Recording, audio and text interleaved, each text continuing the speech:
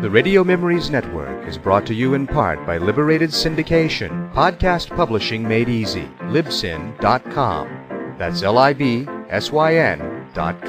Experiencing the plays, great performances, and compelling stories each week from the archives of great productions of Hollywood's best producers and actors. We now go back to the early days of radio and our imaginations with our featured drama presentation. Hollywood, California, Monday, August 31st.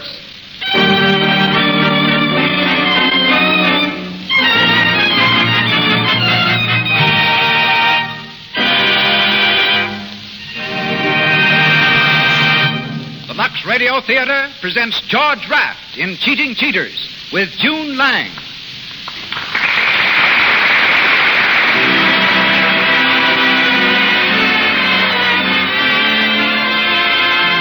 Presents Hollywood. The makers of Lux Toilet Soap, official soap in all the leading motion picture studios, again brings you an hour with Hollywood's outstanding celebrities.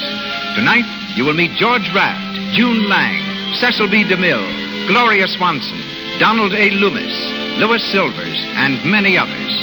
It is also our privilege to have in our visible audience such guests as Henry Wadsworth, Dean Janis, Lois January, Maxine Jennings, Sari Maritza, and Virginia Pine. And to all our listeners, greetings from Lux.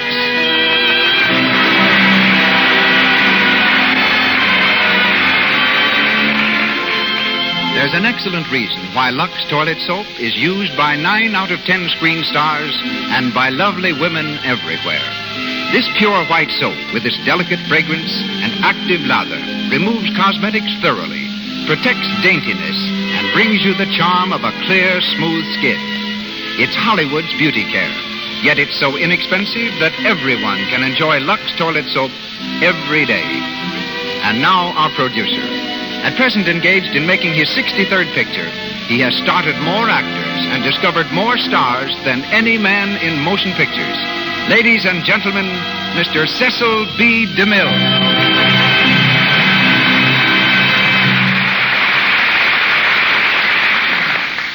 Greetings from Hollywood, ladies and gentlemen.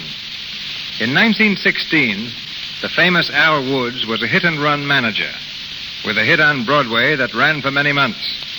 Also enjoying his run in those days was a delivery boy by the name of George Raft. Many times young Raft passed the theater where Mr. Wood's company was performing, but the play Cheating Cheaters meant no more to him than he did to the swirling crowds on the busy streets about him. But tonight, 20 years later, George Raft stars in Cheating Cheaters in the Lux Radio Theater. Born and raised in Hell's Kitchen, the handsome young delivery boy enjoyed his rounds until he entered the ring. Then they brought him nothing but punishment. After his 25th professional bout, he woke up in Bellevue Hospital.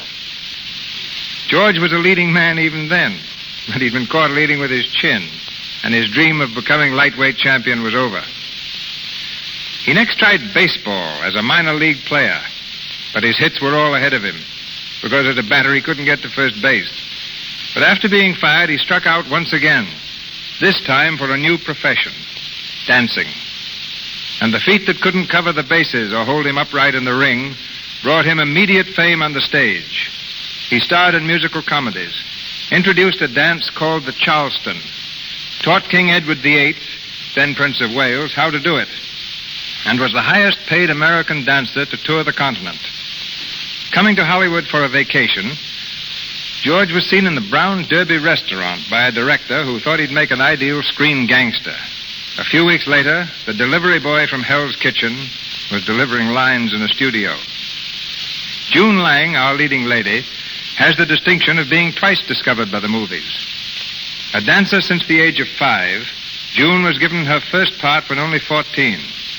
Last year, her contract expired and she was dropped.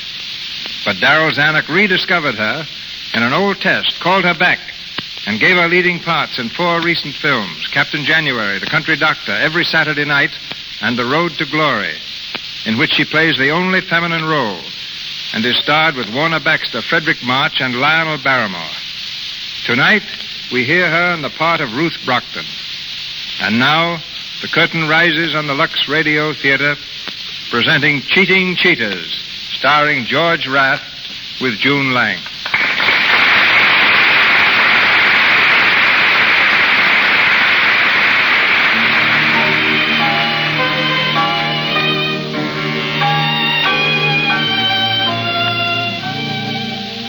We're on the boat deck of the liner Argyle, 4 days out of Liverpool.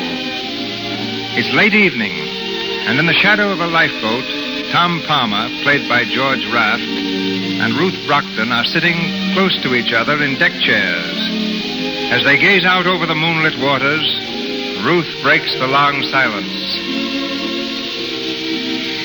Moonlight on the crest of a wave. It's beautiful, isn't it? Getting poetical. A little. That's a good sign. How do you mean? Well, now maybe you'll pay a little attention when I tell you how I feel about you. I've been paying attention. You haven't done very much about it. I meant every word I said. Perhaps you did with the ocean and the moonlight. But wait till we dock in New York. You'll forget me soon enough. Just like that, eh? Uh-huh. Well, you're wrong. You can't get rid of me as easily as that. I'll make you listen to me if I have to follow you clear across the country. And the villain still pursued her. Right. Oh, Tom, you're mad. Do you realize we've only known each other 4 days? That's long enough for me. I make up my mind pretty fast. If the steward hadn't accidentally put us at the same table, you wouldn't have had a chance to make up your mind at all. That's right. Remind me to leave an extra large tip for the steward. He's a great guy. Oh, I wouldn't give him all the credit. Who else is there to thank? Well, if my father hadn't gone to Antwerp to add a few jewels to his collection, I wouldn't be on this boat. 3 cheers for your father. And if my mother hadn't decided she needed a sea voyage, I wouldn't be here either. Yes, that's so. Well? Well, what? Go on. Say it. Oh, all right.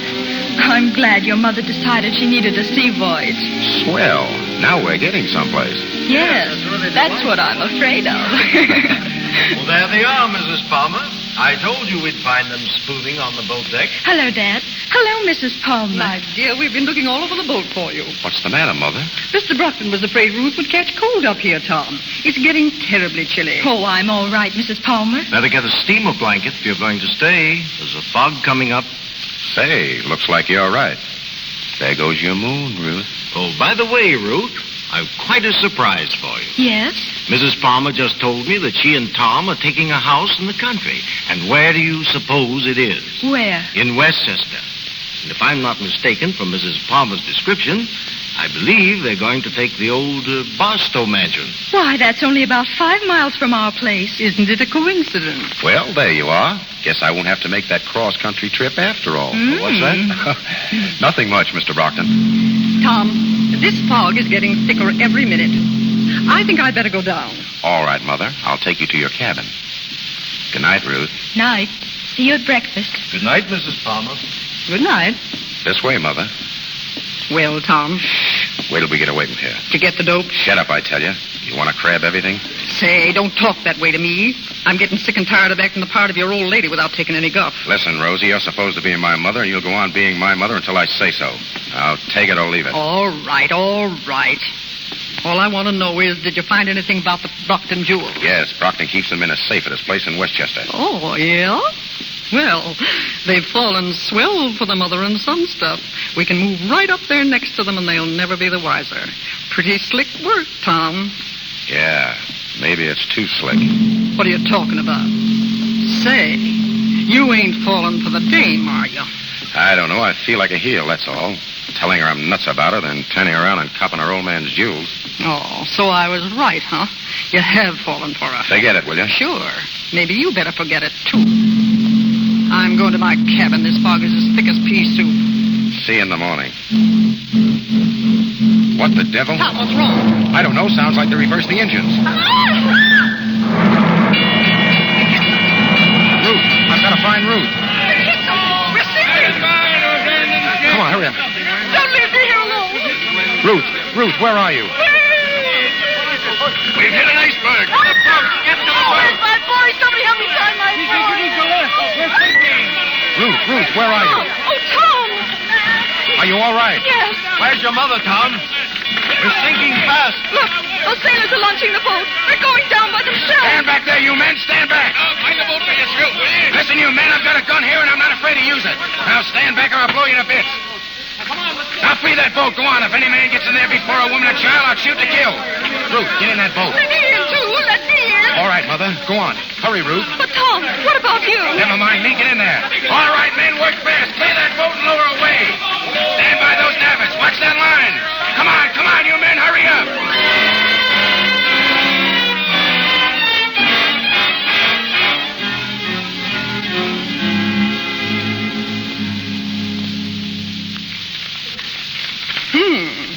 Did you read this, Tom? What? The fact that no lives were lost in the Argyle disaster was due chiefly to the heroic work of an unidentified man who induced order at the point of a pistol. That's you. Unidentified? Yeah. All I need is to have my picture spread all over the newspapers. Might start a little excitement anyway. I'm getting sick of hanging around up here in the wilds of Westchester with nothing to do. It was your idea to take this house, wasn't it? Sure, but I expected a little action before this. We've been living up here 2 whole weeks, and what's happened? Not a thing. We ain't even seen the Brocktons. Take it easy, Rosie. I know what I'm doing. Yeah? Well, you're the only one who does. What would you like me to do? Walk over and ask for their jewels? You could at least go and see the Brocktons. Pay them a little social call. You know, like you dropped in by accident. In society, Rosie, you don't make social calls unless you're invited. Oh, yeah? Since when are you an expert on etiquette? I know enough for that. You must have been reading again. Listen, Tom, my idea is this. Go on over and make yourself sociable. The dame likes you. You know that. You can get a line on the joint and spot the safe. Then Mike goes over at night, of course, and cracks it open. That's your idea. Well, why not? It's better than sitting around twiddling our thumbs. We laid out plenty of shekels for this setup, and so far, all I've done is act polite to delivery boys. I'm getting fed up. Take it easy, Rosie. Rome wasn't built in a day. There you go, putting on the dog again. Hello, boss. Hey, can I come in? Sure, come on in, Mike. Hey, look, boss, I got a beef. Yeah? Spill it. Well, it's these here chauffeur clothes you got me wearing. The color's choking the daylights out of me. Oh, shut up. Who's talking to you? Shut up. Shut up, you dizzy dame. Keep quiet, now, both of you. Keep quiet. We didn't come up here to fight. No, we came up here to lay our hands on $250,000 worth of sparklers, but I don't see us doing it. We got the Stuyvesant collection in France, didn't we? Say, that job ought to net us $500,000 easy. Sure, but I ain't no piker. Besides, those Stuyvesant rocks are as hot as a live coal. Hey, that's right, boss. We can't get a fence to touch him. Yeah, what's going on? Come on and join the party, Phil. You're looking mad, Rosie. I am mad. Hey, Phil. Huh? Where's your tie? What do you mean? I said, where's your tie? You're supposed to be the butler around here, aren't you? Now listen, I don't mind being a butler, but I gotta have something to buttle, don't I? Yeah, me walking around in this monkey suit. What am I supposed to be? A dummy? Shut up! I'm running this deal, not you. Well, let's get started then. We'll get started when the right time comes. As it stands now, we ought to be glad of a chance to lay low. You mugs don't seem to remember there's a dick on our trail. You mean Ferris? I mean Ferris, the best jewel detective in this business. If he ever gets wind that we're after the Brockton jewels, it's curtain for us. And quick. Say, who is this guy, Ferris? Has anybody ever seen him? No, that's just why we got to be careful. We've got to watch our step every inch of the way. Well, it's okay with me. Answer that, Rosie. Sure. Hello. Yes, this is Mrs. Palmer. Oh, hello, Ruth, dear. Is the Brockton dame.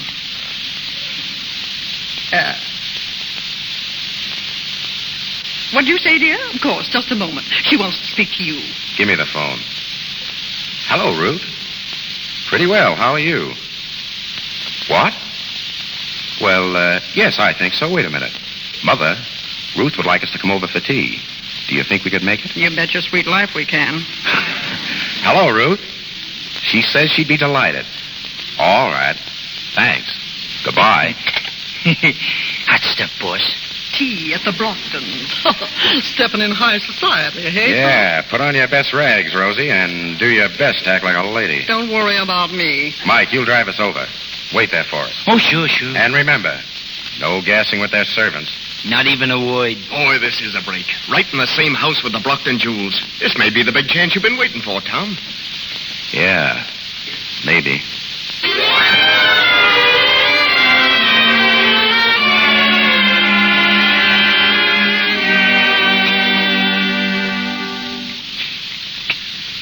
Another cup of tea, Tom? Tom. Oh, No, thanks. What's the matter with you? Nothing. Why? You've been sitting here all afternoon looking like Blue Monday. All I can get out of you is yes and no. Well, I'm not always as talkative as I was on the boat. Yes, I've noticed that. How does it feel to be an unidentified hero? All right, as long as I'm unidentified. Would it be such a tragedy if they found you out? Well, you never can tell about those things. Modest man. I wonder where our respective parents are all this time. I think your father said he'd show Mother the garden. More than likely, he's showing her his jewel collection. She seemed quite interested when he mentioned it. Oh, yes, she's a jewel fancier herself. She seems to be. Dad says she talked nothing but jewels all the way over on the boat. Is that so? She has quite a collection, too, hasn't she? Did she, say that? Why, yes, of course. She does have a collection, doesn't she? Oh, yes, the Palmer jewels. Very famous. I thought so. Well, I think it's time we were going. Tom, what's the matter with you? Why do you act so distant? Am I distant? You were different on the boat. Yes, talkative. Too talkative? I'm afraid so. Oh, then you don't feel the same. About me, I mean. Sure I do, only... Only what? Look, let's not talk about it now. Someday I'll tell you the whole story. That yellow diamond is the pride of my collection, Mrs. Palmer. Oh, it's beautiful. Tom, you must get Mr. Brockton to show you his diamonds. They're just lovely. Yes, they must be. I beg your pardon, Mr. Brockton. Yes, Wilson? What is it? A telegram just came for you, sir. Oh, excuse me, please. This may be important. Of course. I hope it isn't bad news, Dad. I'm afraid it is. I've got to leave for Chicago immediately. Oh, dear. I'm sorry, Ruth, but you'll have to come along with me. Must I? Well, you can't very well stay here all alone. No, I suppose not. Oh, Mr. Brockton, if Ruth doesn't want to go, why can't she come over and stay with us? We'd love to have her, wouldn't we, Tom? Why, yes, of course. Well, it's awfully nice of you. If it's not too much of an imposition. Nonsense, my dear. We'd be offended if you didn't come, really. Well, all right. Thank you. Oh, I just thought of something. I can't walk off and leave my jewels here, and the bank vault is closed. That's a little difficult. Unless, of course, you'd like to leave them in my safe. That's, of course. Why didn't I think of that? That's an idea, Dad. I could bring them over to Mrs. Palmer's. I'm sure they'd be all right in Tom's safe. Well, I hate to burden you, Tom, with a responsibility like that. Those jewels are worth a fortune. Certainly, that's why we want them. I mean, to keep them safe for you. Very well. It's really awfully nice of you. Oh, not at all, Mr. Brockton. No, not at all. I'll come over as soon as Dad is packed, Tom, and I'll bring the jewels with me. Fine. Well, we'll run along. See you soon, then. About an hour. Come on, Mother. Goodbye, and thanks again. Oh, don't mention it. So long, Ruth. So long. Don't forget, dear. Hurry over. I will. Well, it worked. Where's Wilson? It was perfect. Perfect. They've gone, Ruth. Come here, Wilson. You certainly made a great butler. Didn't he, Ruth? Not so bad. Not so bad. Say, that was terrific. They fell for that phony telegram like a load of bricks. What's the next move, Ruth? I spend the night at the Palmers. Put our jewels in their safe. Learn the combination. In the morning, we'll have our jewels and the Palmer collection. Swell. Then I can stop playing Papa and have a little fun. Take it easy, will you? We ain't got the Palmer jewels yet. And there's still Ferris to worry about. Oh, stop calamity howling. If Ferris was on our trail, we'd all been in jail weeks ago. Well, there's another thing I don't like so much. Letting those jewels get out of our hands. We had a tough enough time snatching them in the first place. I don't like throwing them around like this. Now listen, Ruth knows what she's doing. She's the best little crook in the business. A plan can't fail, can it, Ruth? Hey, what are you dreaming about? I was just thinking, if we applied the same energy and resourcefulness to being honest, we'd probably all be rich. Yeah? Well, we'll be rich anyway. Say, Ruth, what's getting into you? Is it that guy Palmer? That guy Palmer, as you call him, is all right. I hate lifting his jewels this way. Listen, baby, you better forget him. You ain't no match for a high society mug. No, I guess I'm not. Well, come on. What's the layout? How do we get the Palmer rocks? Leave it to me. When he puts our jewels in the safe, I'll be right there with him. I'll get the combination. And you come down in the middle of the night and lift his and ours both, right? That's it. Swell. You know, it tickles me pink to think of them suckers driving home without a thought in the world. Yeah. I can just see their faces when they wake up tomorrow and find their rocks has gone bye-bye.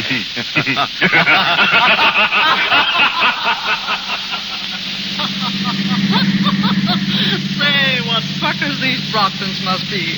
Laying their jewels right in our lap. Yeah, it's perfect. Yeah, you sure had the right hunch, boss. Laying low like this till the time was right. Yeah, the Brockton jewels are practically in our pockets right now. Well, it looks like a good day's work for us.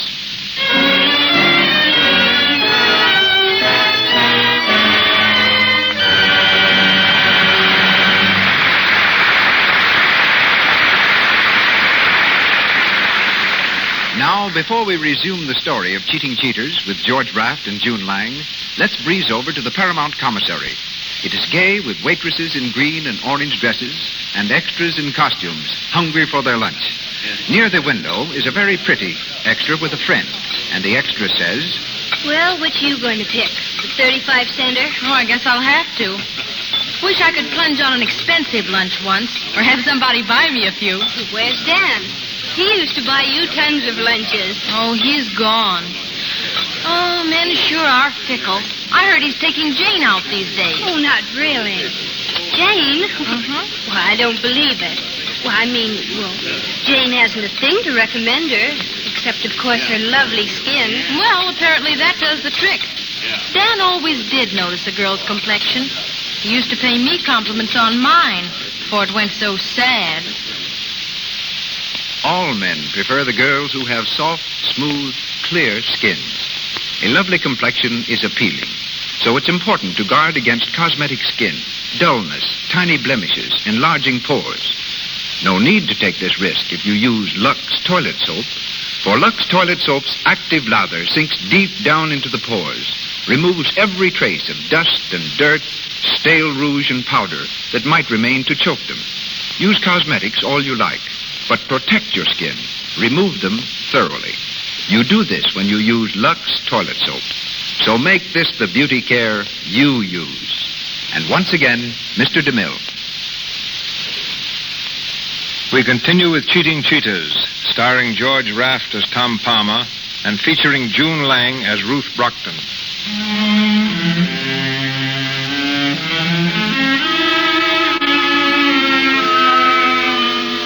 Two gangs of jewel thieves working at cross purposes, each gang intent upon robbing the other of a valuable collection of diamonds. This is the situation as our curtain rises again. It's early evening in the living room of the Palmer home. Tom and Rosie, whom he calls his mother, are entertaining Ruth Brockton, their more than welcome guest. Mrs. Palmer, your dinner was grand. I must thank you again for letting me impose upon you. No, not another word. You're embarrassing us, isn't she, Tom? It's a pleasure to have you, Ruth. Thanks. Oh, by the way, Tom, I do hope you've taken good care of Ruth's jewels. Well, no, not yet. I was going to speak to you about that. Do you think we'd better put them away? I brought them down with me. They're in this box. My dear, you mustn't let them lie around like that. They may get lost. Tom, open the safe for Ruth. Yes, Mother. Come over here, Ruth. Oh, is it in this room? Yep, behind this panel. Watch. Well, isn't that clever? No thief would ever think of looking for it there. Well, if someone did find it, he'd get a big surprise when he tried to open it. You see, the combination dial is charged with electricity, high voltage. You mean if he touched that dial, he'd get a shock? A couple of thousand volts. Oh, would it kill him? No, not instantly. Oh, I see. The torture would last about 10 minutes unless someone turned off the switch. It's hidden right here in this bookcase, see? Oh, yes. Don't you think you'd better turn it off for a moment? Of course. There you are. Now, just a second till I work the combination. Isn't that interesting? I've never seen a safe open before. This happens to be a pretty good one. Simple, but effective. I can imagine. All right. Let's have the jewels, Ruth. Here you are. Are the Palmer jewels in this safe, too? Oh, yes. We're very careful about our collection. Well, if you keep yours there, I guess mine are safe enough. Of course, dear, of course. I beg pardon, Mr. Palmer. Yes, Phil, what is it? Mr. Morton Hanley to see you, sir. Morton Hanley. The gentleman who's been calling you all afternoon. Oh, yes. Did he say what he wanted? No, sir. Just that it was very important. Important? Oh, all right. Ask him to come in. Very good, sir. Would you rather see him alone, Tom? I can run upstairs. No, don't go.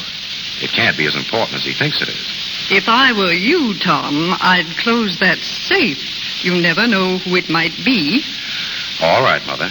But don't be so jumpy. Well, close it anyway. There. Does that make you feel better?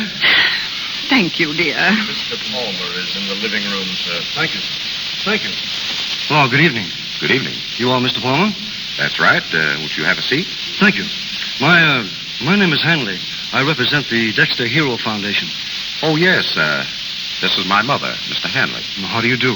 And our guest, Miss Brockton. How do you do? Miss Brockton? Miss Ruth Brockton? Yes. You know her? No, not personally, but her name is on my list. You see, Mr. Palmer, I'm gathering testimony from people on board the Argyle. An unidentified man was quite a hero on that occasion, and we really must find him. What for? We're going to award him a gold medal for his valorous conduct. I'm afraid I can't help you. No, yes, you can, Mr. Palmer. Yes, you can. You see, we have it on excellent authority so far that you are the unidentified man. You're making a mistake. Tom, don't be modest. You know it was you. Thank you, Miss Brockton. Well, your statement completes our chain of evidence. Mr. Palmer, allow me to congratulate you. Just a minute. You said you had other evidence that I was the man. Who told you that? Oh, we have reports from several of the passengers. Dr. Holt, whom you doubtless recall, gave a really glowing statement.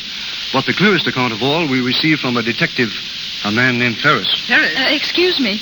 Did you say he was a detective? That's right. Ferris? I don't recall the name on the passenger list. Do you, Mother? I don't believe I do. Well, he may have traveled incognito. Detectives often do when they're after somebody. Have you seen this Mr. Ferris? Well, no.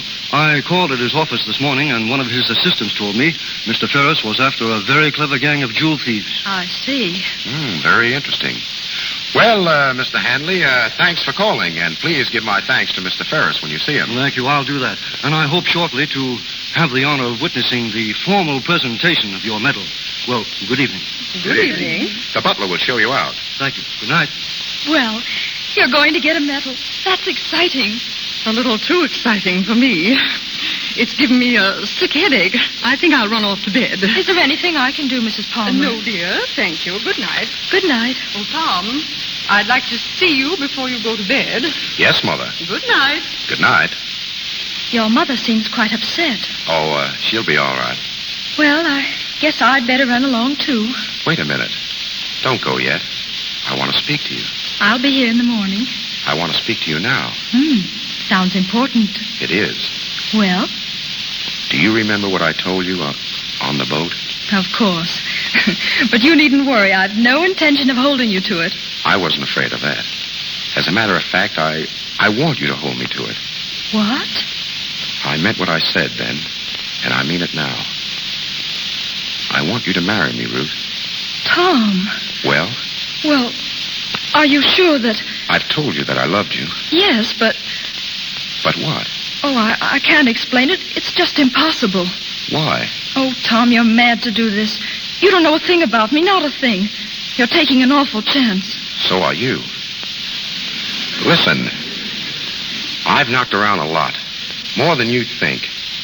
And I've found out something. It doesn't make any difference what a person has been. It's what he's going to be. Suppose you found out something about me that did make a difference. What, for instance? Oh, you can't tell. I might have a secret life of my own that you know nothing about. Maybe I tap every third post or step on every other crack in the sidewalk. For all you know, I might even be a thief. You? That's a laugh. Is it? I'm serious, Ruth. We could be married tonight. By tomorrow, we'd be away from here. For good. For good? Tom, I don't understand you. Why should you want to leave here? Oh, never mind that. Will you marry me? I can't, Tom. You mean you're not in love with me? I didn't say that. All right. I'm not going to rush you.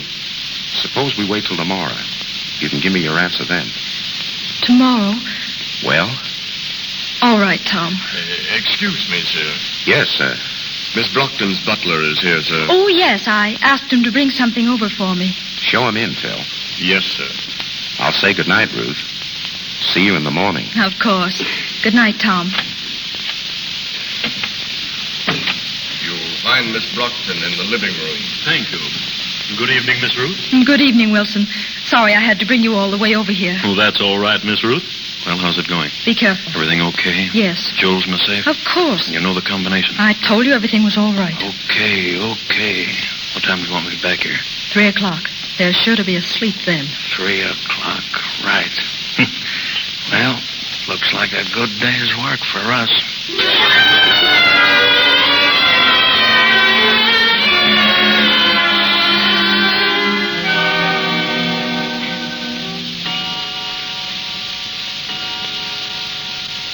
2 o'clock.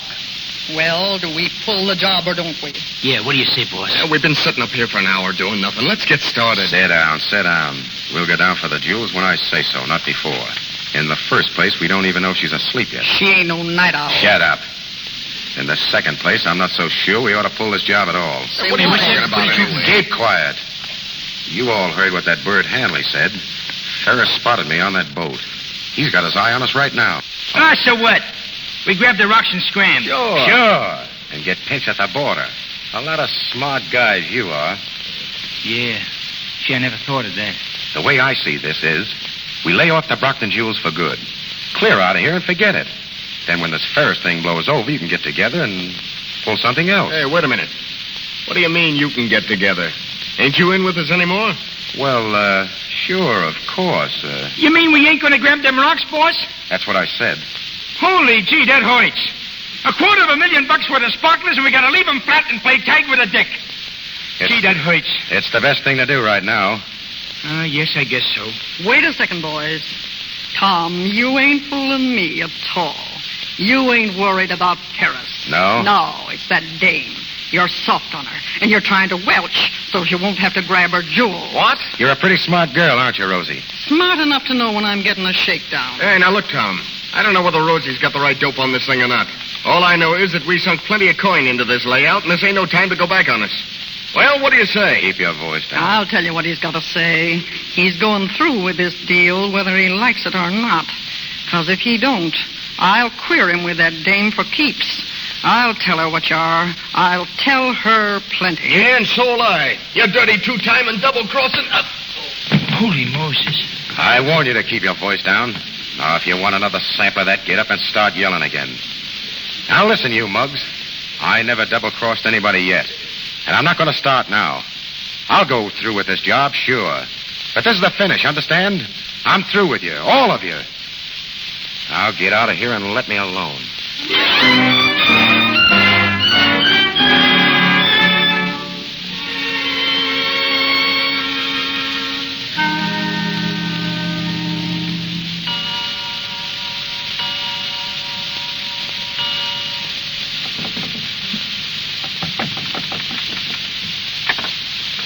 Come in, Wilson. Been waiting outside for half an hour. I told you, 3 o'clock. Is the coast clear? They're all asleep. Swell.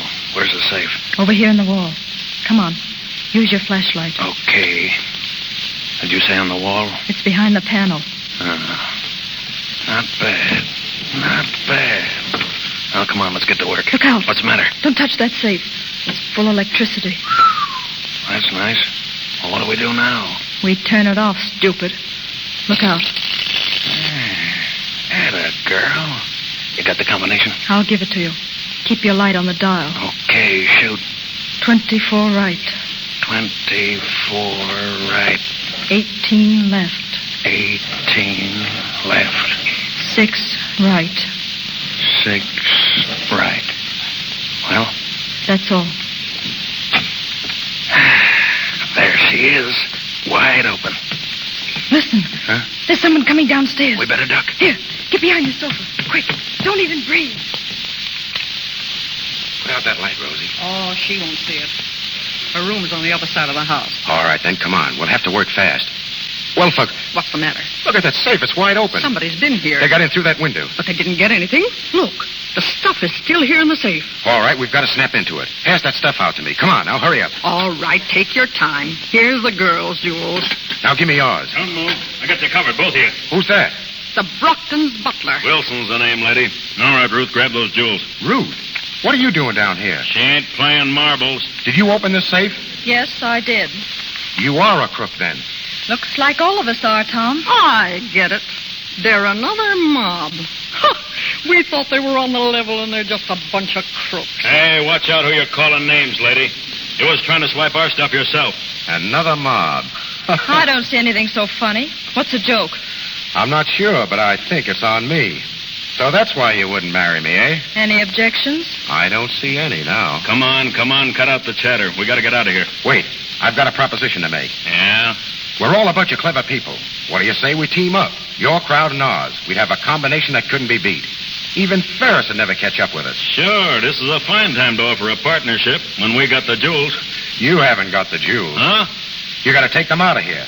But you couldn't get rid of them if you went to Mars. That happens to be the Stuyvesant collection. The Stuyvesant collection? They're hot enough to melt steel. Well, what do you say? Do we get together or don't we? Oh, what do you think, Ruth? Suits me. Swell. Now, there's all the jewels. I vote we pool the lot and split it 50-50. Okay, but look, if you...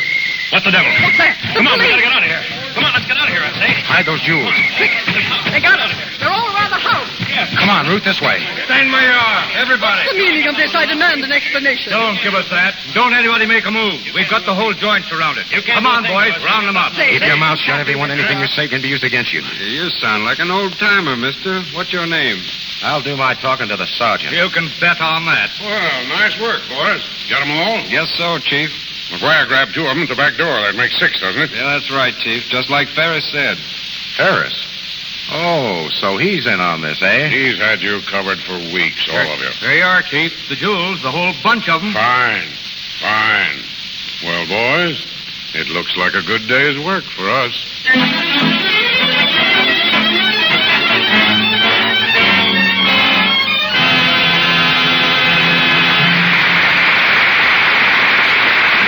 For station identification. This is the Columbia Broadcasting System.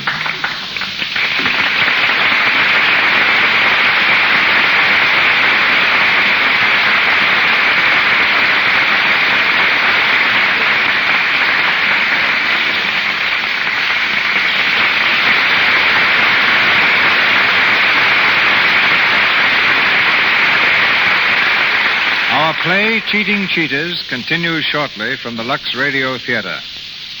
8 years ago, a vaudeville gymnast injured his back severely while performing at the Hippodrome in New York. He refused to surrender to the doctors who told him he'd be a cripple for life. Instead, he commenced treating himself through exercises. Today, he's not only a perfect physical specimen, but he holds what is probably the only job of its kind in the world. He's employed by the Metro-Goldwyn-Mayer Studios to keep their stars in proper physical condition. Ladies and gentlemen, Mr. Donald A. Loomis.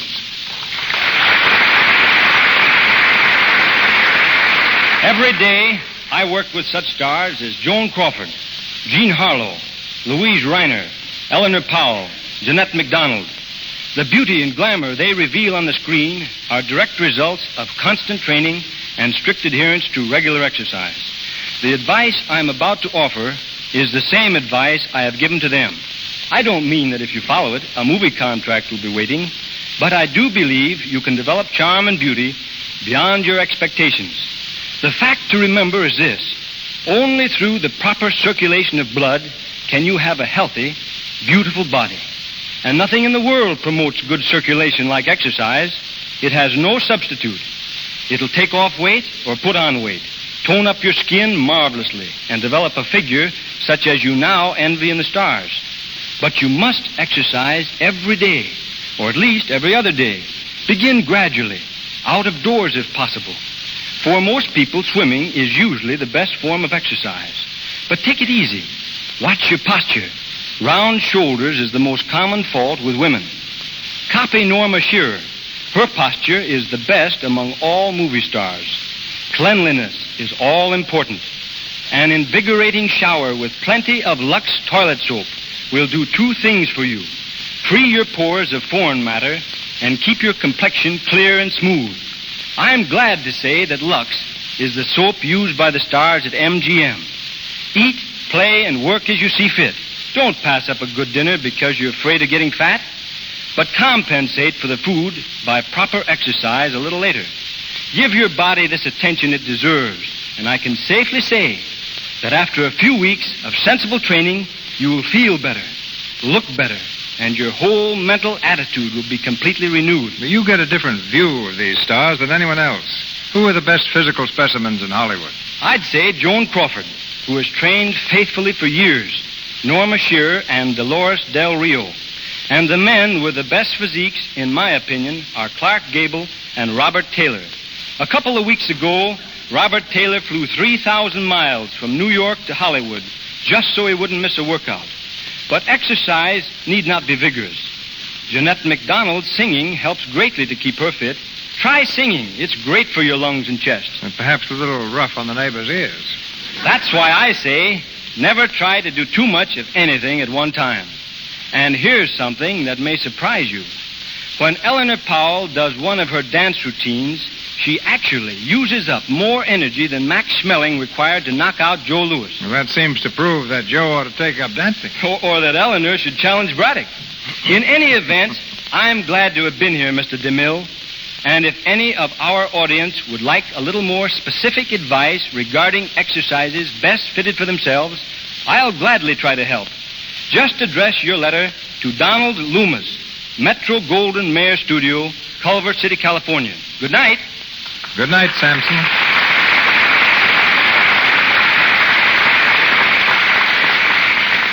And now we bring you the last part of Cheating Cheaters, starring George Raft as Tom Palmer and featuring June Lang as Ruth Brockton.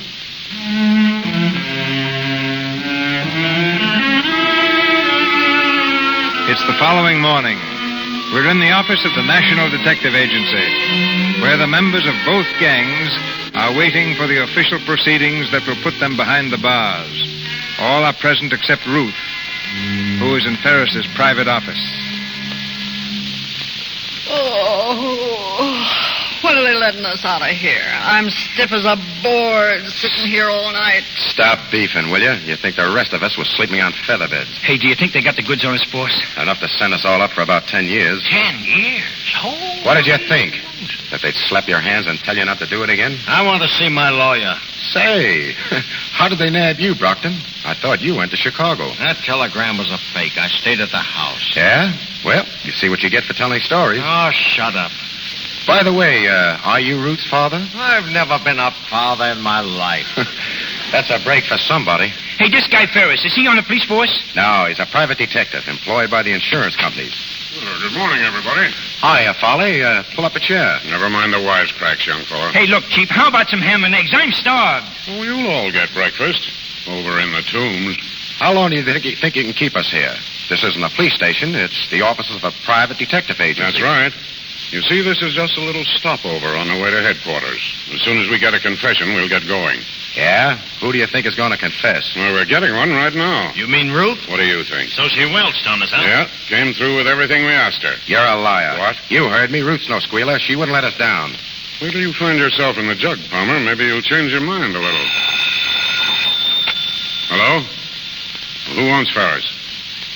Oh, the district attorney. Well, I'll talk to him. Hello? Well, how are you, Mr. Andrews? No, this is Farley speaking.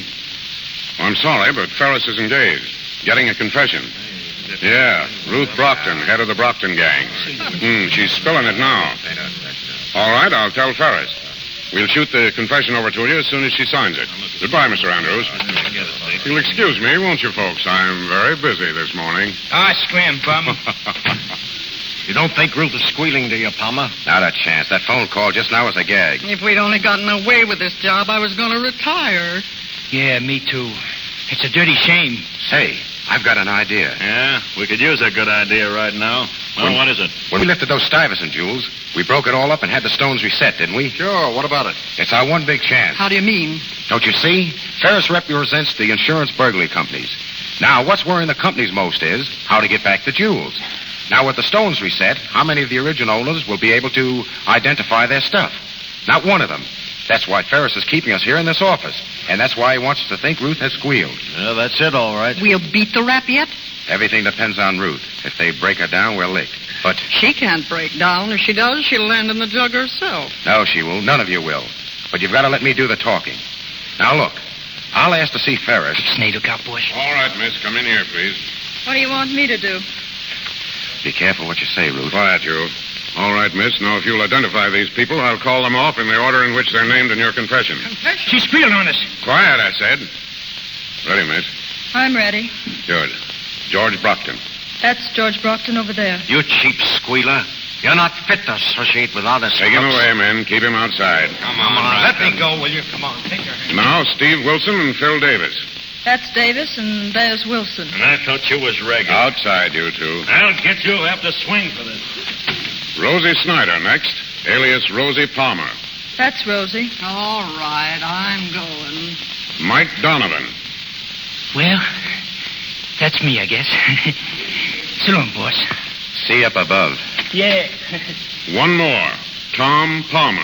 I'd like to speak to him, please, alone. I want to see Ferris. Hold your horses. Okay, miss. You can talk to him here. I'll go out and take care of the others. Thank you. So you squealed on us, eh? You let us down. I'm sorry, Tom. I had to. Pretty low, even for a crook. You hate me, don't you? If I do, it's your fault. I almost went straight for you last night. I would have taken the rap for you today. What do you mean? If I could have gotten to see Ferris before you confessed. I was all set to cover you up. Take the rap myself. You would have done that for me? Oh, Tom, I'm sorry. Oh, what's the use? It's all over now. Sit down, Tom. I want to tell you something. Something about myself. Forget it. Please, Tom. Well, what is it? You see, I used to be a newspaper reporter at $30 a week. On one assignment for my paper, I ran into a gang of crooks and recovered a lot of money for an insurance company. They liked the way I handled the case and offered to set me up in business as a private detective to investigate their thefts. I used the name of Ferris. Ferris? You? Yes, Tom. Well, that just makes everything fine and dandy, doesn't it? I bet you're getting a terrific kick out of putting me behind the bars. Wait, Tom. A minute ago, you said you'd go through for me. Well, I believe you. I'm going through for you. Yeah? How? I didn't look for this job. The job found me. When I got to working with Brockton and the others and to knowing you, I felt pretty cheap. I would have given anything to have been out of it, but I couldn't help myself. Then, last night when you asked me to marry you, I thought of our future, yours and mine together. I knew the better side of you, and I wanted to help you find yourself. Why didn't you tell me this before? It's not too late even now. No. What'll we do? Set up housekeeping and Sing? Oh, excuse me. Yes, Farley? The rest of the gang want to see Ferris. All right, let them come in. Okay. Well, what are you going to do? I said it wasn't too late, Tom. You mean you're going to give me a chance to go straight? I think that's all you need, a chance. Am I right? If you'll stick close to me. I'll never let you out of my sight. Oh, gee, Ruth, I don't know. Be careful. All right, boys, come on in. Hey, where's Ferris? Yeah, where is he? Ain't in here. Yeah, we said we wanted to see Ferris. Just a minute, boys. Let me introduce the head of the National Detective Agency, Miss Ruth Ferris. Well, all right, Ruth. If you're Ferris, I've got a proposition to make. I think I know what your proposition is, George. But let me make one first. Now, boys, you want to make restitution of the stolen property in exchange for a light sentence, right? Right. Well, I'm going to do better than that for you. I'm going to put you all to work. Look. Did you say work? Oh, this is the end. For a long time, you've been preying on society. Now I'm going to give you a chance to come in here and help protect society. But let me tell you this. The first time you hear of a job that's being pulled off and fail to report it, or double-cross me in any way, it means 20 years. She's going to make detectives out of us. Well, I've had a good education for the job. Now it's up to you. There's pen and ink out in the front office. I want a signed confession from each one of you. What are you going to do with the confession? Nothing, as long as you remain on the square with me. Now take your choice. The confessions or 20 years. Hey, lead me to the pen and paper. There's plenty of both out in the front office. Yeah. Hurry up. Well, Rosie, not going to sign? Oh, I'll sign it all right. Me, a detective. Huh. I'll never be able to hold up my head again. Well, Tom? I suppose you want a confession from me, too. Uh-huh. All right, Go outside and write it. That's not the kind of confession I want from you. No? I want you to confess that when you told me you loved me, that you meant it. Every single word. Guilty. You want a couple of witnesses to that? I think we could use them. Sure. 2 witnesses. We can let them sign the marriage certificate. Well, it looks like a good day's work for us.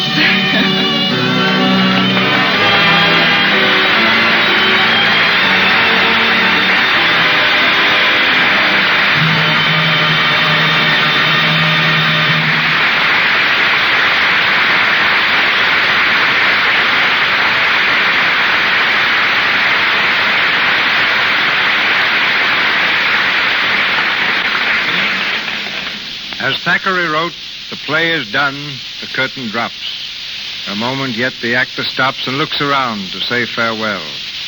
Tonight's stars, George Raft and June Lang, return shortly to the microphone. I think that discoveries are accidents designed by destiny. A fabulous fortune and hundreds of the jewels women now wear were found in South Africa because a Dutch farmer happened to notice a group of children playing marbles. The marbles were diamonds and led to the opening of one of the richest mines in the world.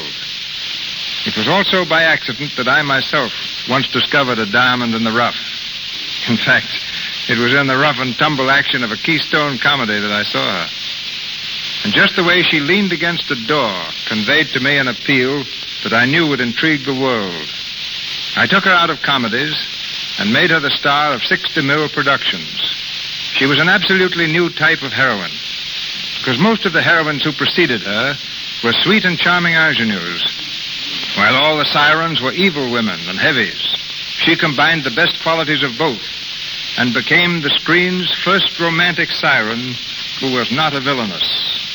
This famous young woman was the first of many screen stars who can truly be said to have possessed glamour. She did more than any girl before or since to make Hollywood the fashion center of the world. And she now steps to the microphone just as fascinating as she was then. Ladies and gentlemen, Gloria Swanson.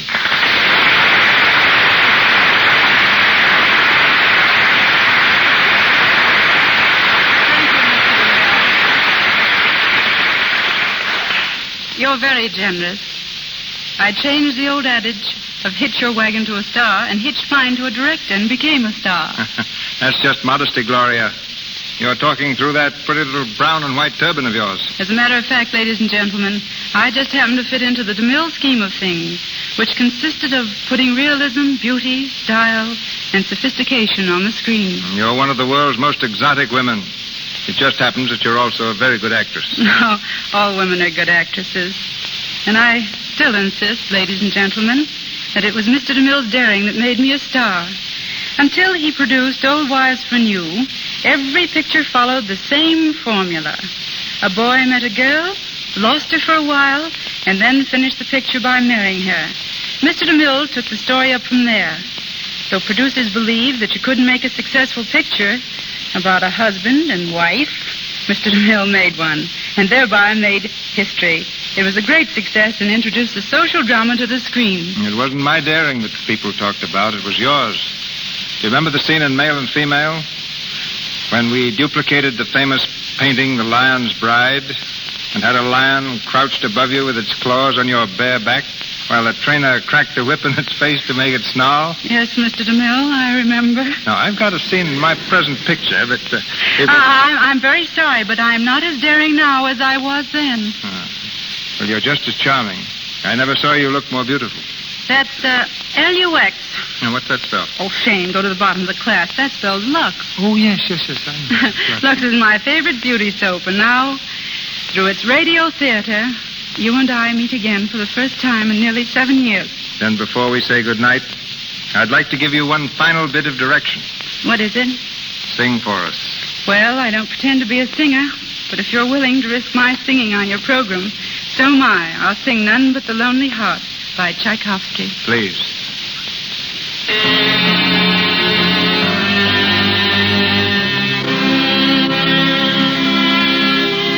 None but the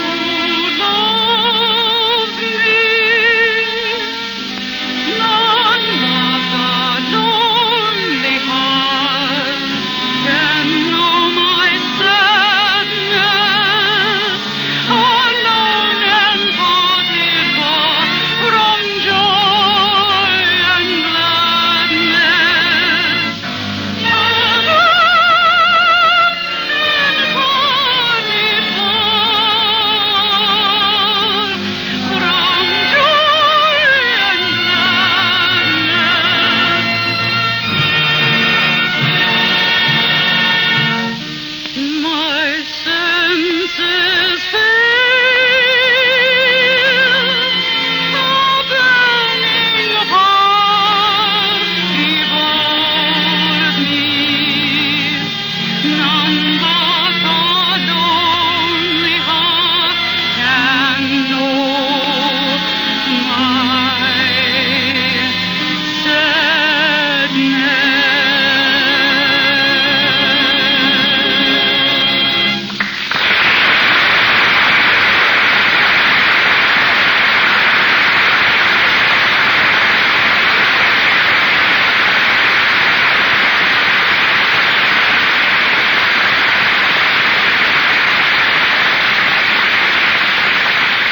George Raft and June Lang are a study in contrasts. So far, June has always played the role of a young and innocent girl, while George made his reputation as Hollywood's streamlined villain. George spent most of his life in New York. June has just returned from her first trip to Manhattan. But suppose they speak for themselves and as themselves. Ladies and gentlemen, George Raft and June Lang.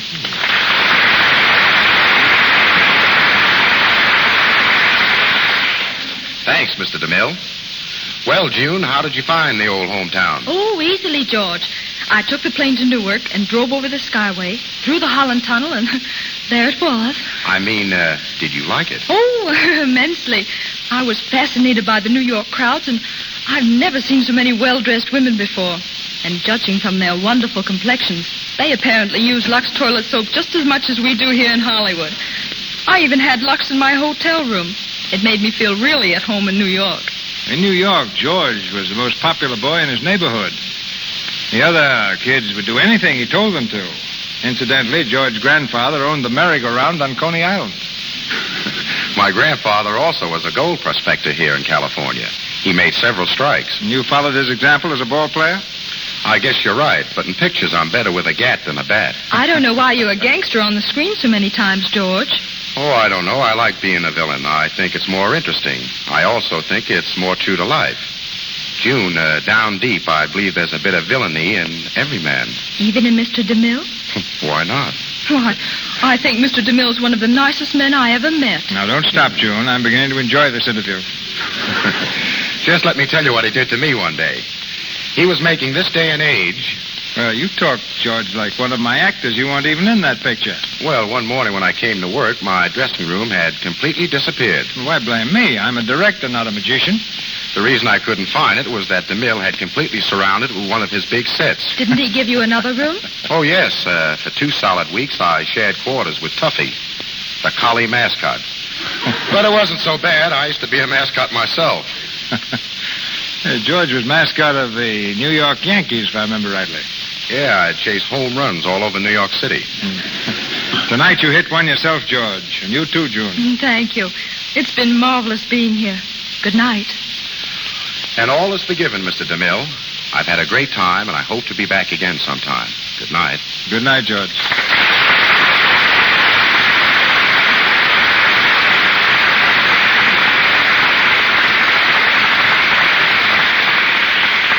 Thank you, Mr. Raft and Miss Lang. Ladies and gentlemen, this is your announcer, Melville Ruick. Assisting our stars in tonight's play were Wally Mayer as Mike, Justina Wayne as Mrs. Palmer, Victor Rodman as Mr. Brockton, Lou Merrill as Wilson, Frank Nelson as Phil, Ross Forrester as Hanley, Richard LeGrand as Farley, and John Lake and Charles Emerson as police officers. Mr. Raft and Mr. DeMille appeared through courtesy of Paramount Studios. Miss Lang and Mr. Silvers, 20th Century Fox, and Mr. Loomis, Metro Goldwyn Mayer. The music for the new picture, Road to Glory, produced by 20th Century Fox, was arranged by Mr. Silvers. Mr. DeMille tells us now of next week's program.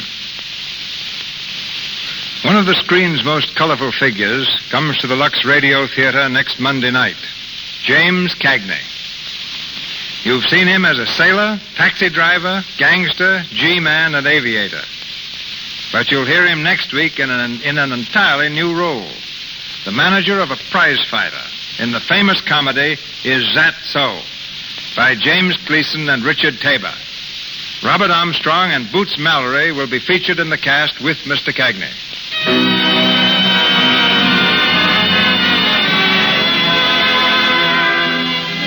sponsors, the makers of Lux Toilet Soap, together with Mr. Cagney, Mr. Armstrong, and Miss Mallory, join me in inviting you to be with us next Monday night in the Lux Radio Theater presentation of Is That So? This is Cecil B. DeMille saying good night to you from Hollywood.